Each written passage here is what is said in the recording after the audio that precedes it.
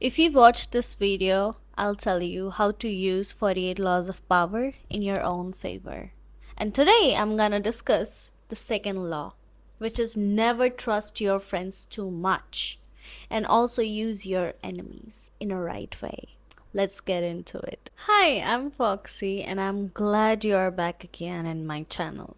So, here I talk about dating disaster, how to level up yourself, how to prioritize yourself, and how to skill up every freaking day. And this channel is especially for my girlies, for my cuties. And if men have any problem with this video, please do not engage. Scroll. Being a woman, you should never, ever, ever put your guards down in front of your friends, boyfriend, future boyfriend, ex, husband, anyone, including a man. You should never put your guards down. Never trust a man. Even if you are making friends, you have to, take things slowly, steadily.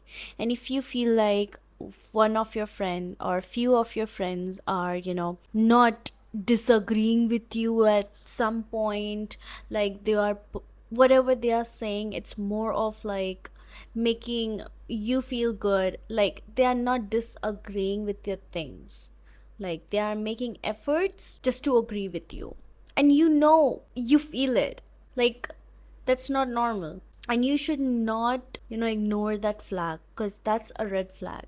If a friend is trying to say yes whatever you say and is not honest with their feedbacks, their opinions, then that's not your friend. And I have seen this happening, like in my personal life. I have experienced this in many female women group. Like I had many women friends, not female, I would not use that word. Ugh. Women friends, I have many girlfriends. Okay, I have had, not now, but in my earlier time I used to make a lot of girlfriends, and I ended up being clowned. I know that hurts. And I think somewhere I can relate to this second law, because I have experienced it, I have lived with it. So I had one friend, not have. Um, she was more of like, she never disagreed with anything I said. Never ever. And I used to trust her so much, so freaking much, that I shared everything, like regarding my ex, because at that time I was going through a breakup and I was grieving. So I experienced the grief, the shit, the everything bad. Okay. And I had her by my side. Why? Because we used to live in the same room. Okay, so she was more of like my roommate. And I used to share everything with her, because I felt like she is my ride or die friend, like my bestie girlfriend. And you know what happened? She played dual game. She was friends with me and she made me feel like that I am her only friend, the bestie, and no other friend she has. Okay, but behind my back she was talking to my ex. She was still friends with my ex, and she was depicting the same thing to my ex, like making them feel like they are the only friends they have in the life. You know the game. And I got them in a very awkward and weird place. That was in Coldplay concert. Like I didn't go to the concert, but I stalked my girlfriend, like my friend. Okay, I was added to her Instagram account. I stalked her, and there were few similar pictures. And at that time, since I was grieving through my breakup, I was more of like, checking and keeping some tabs on my ex. I'm sorry, I'm not sorry. At that time, yeah, I was naive. So I did check some things on my ex account, and that's how I, connected the dots. Like all the pictures were from the same place, same angle, everything same, background same. And that's how I got to know that she freaking sold herself just for the Coldplay tickets. And also, to make my ex feel more better, she said everything that I said to her. It was a girl code, a sisterhood. She broke that. And now she's not even friends with my ex. So that makes me wonder that why was I so much drawn to her? Like, I trusted her so much, and that was my mistake, and that's how I learned. So, my girlies, cuties, you should not put your, blind trust on anyone, even they are your best friends, because friends can come up with jealousy, envy here and there, okay? And since I'm a woman, I have experienced the things in female friendship groups, so I can't say anything about the male friendship groups. Most probably they are same, I think. Know your friends better, I swear. I had few friends, girlfriends, who used to give me backhanded compliment, and I never recognized it. Such a clown, I know. But if you feel like that compliment is more of a mockery, then you should run. You should get the F out. Because that person is just gonna use you for their own benefit. That's it. And you would be more of like, maybe I'm overthinking, maybe I'm reading into the lines, maybe no, you are not. You are correct. If you felt something weird, confusion, then it means that person's sharing bond with you is not pure, is not safe. If you feel confused, you should run. And if there's a friend who is trying to be friends with you and desperately trying to be friends, you can feel that connection, like they are being desperate. So that person is not your friend, they are your enemy. And having just an enemy is more beneficial than having a friend masked as a friend but actually not a friend, because you will be sharing your vulnerable side with your friend and they're gonna use that information against you. And also, I would like to add one point in this.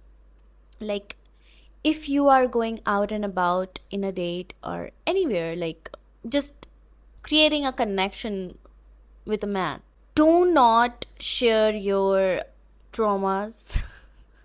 If you're an overshare girly, don't. I know it's hard. Keep a journal with you and try to journal things out, but do not overshare. And second, you don't need to share what kind of experiences you've been through in your past relationship. So that man will put you through and through in that shit again. Like, you will be like, I have been through this, and I'm hurt, and somehow I am recovered from that. I healed myself. Now I'm ready to date again. So I don't want you to repeat the same things because that's a triggering thing for me. And he will be like, oh, I understand. But deep down, he is like, yes, I'll use I'll use the same thought that she has dealt with, the same experience against her. So that person will create such a situation for you that in that situation you have to make a call, you have to make a decision. They won't be like that, yeah, I'll leave you. No, They will be like, I will make you leave me. So they won't be having the guilt that, yeah, the breakup happened because of me. It will be other way around. So take notes, take notes. Like I would say, keep a notebook and a pen with my video if you're watching. Because I'm taking notes and you should too. And if you are more of like social butterfly, you love to make friends, limit that. Make friends, but quality friends, not quantity, and maintain your distance. It should not like that you are texting, calling, messaging every day and they are doing the same to you. That's not healthy. Create some healthy distance. Okay, the more bigger group you go, the more friends you create, the more limitations you will have in your personal life to grow. And you will be like, Foxy, why would you say that? Friends are there to help.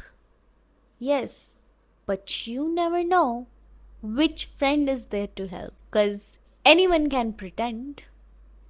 And what if few of your friends are just, keeping up with you to take out some informations for them, some benefits for them, some gifts, whatever. If you are a person more of like a giving person who is very expressive, who loves to make handy crafty things or buys a gift for friends, show their gratitude, they will be never ever grateful for your gesture.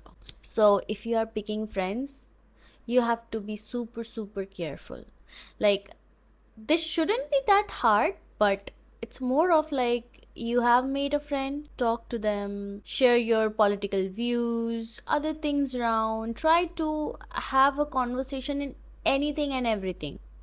And if you feel like that conversation is well engaging enough, then you can step further, slowly, baby steps, I would say. And if you are a corporate girly, then this second law of power is super super accurate for you and super super beneficial for you. Why? Because if you feel like that you have a word bestie, whatever friends you make, you create in your workplace, they are not your ride or die type of friends. That's what I have experienced from my life, from my corporate time, and I have worked for corporate so many years. And this is what I have felt like, that whenever I used to trust a person, work bestie, I used to get betrayed. Yes, I do have one friend in my office. Like, I had one friend, but she left, and I I was sad because she left, because she was the only person that I can talk to, that I can share memes, talk, brain rot, whatever and whatnot. But yeah, I had few friends, like, in a good way and also in a bad way. I had one friend in my office, like, she was my first friend there, and she was like problematic, but I was kind of emotionally attached to her.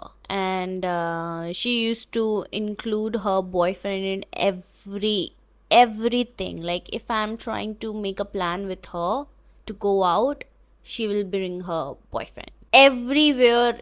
Her boyfriend is showing up with her, so I cannot have my time with her only. Like, it felt like that this is a trio group, and trio groups never works.